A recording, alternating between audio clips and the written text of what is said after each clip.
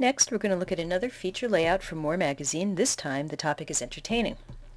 This was designed by a colleague of mine, and it's a great example of how to create a party atmosphere on the page through the intelligent structure and the variety of the photos used.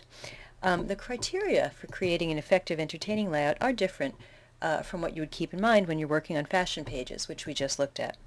The food and drink really have to play a starring role, and including the guests and the hostess or host often give a more relaxed and informal personal feel to the pages, although, this kind of features do work perfectly well without any people in the shots at all. In this particular example, color in the photos and the typography is allowed to run wild, which only adds to the sense of festivity. Entertaining layouts are often more complex than fashion pages, needing to show more elements, the party environment, the accessories, as well as the food and guests. They also tend to have some running text. Very often that includes separate lists of tips or a sidebar with how-tos. Recipes often need to be included as well. So, your angle of attack to start out is, as for any other feature, determine what's your opening spread and get a nice strong opener going. Then, I think what you want to do is see how you can include the maximum number of the other photos without the layout starting to feel cluttered or busy.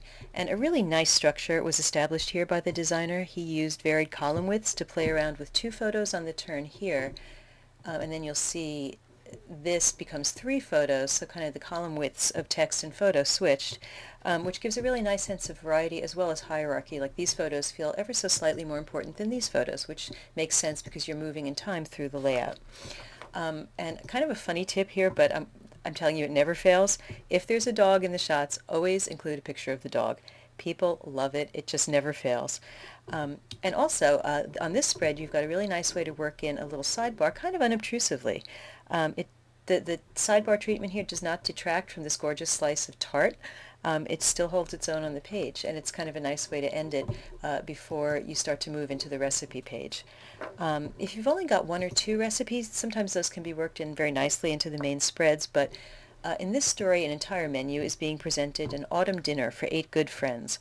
And so you're not really going to be able to work that in. It's going to need its own page, either at the back of the book as a jump or as just as a single following the main spreads. If you have room for photos on the recipe page, that's great, but it's not always necessary since presumably you just wowed the readers with those large, luscious photos in the body of the feature. So, to finish up, your tool for the toolkit is use as many photos as you can to keep a festive feel, but still be selective for the variety and scale of them. The recipes can be secondary, and please do not forget to include the dog.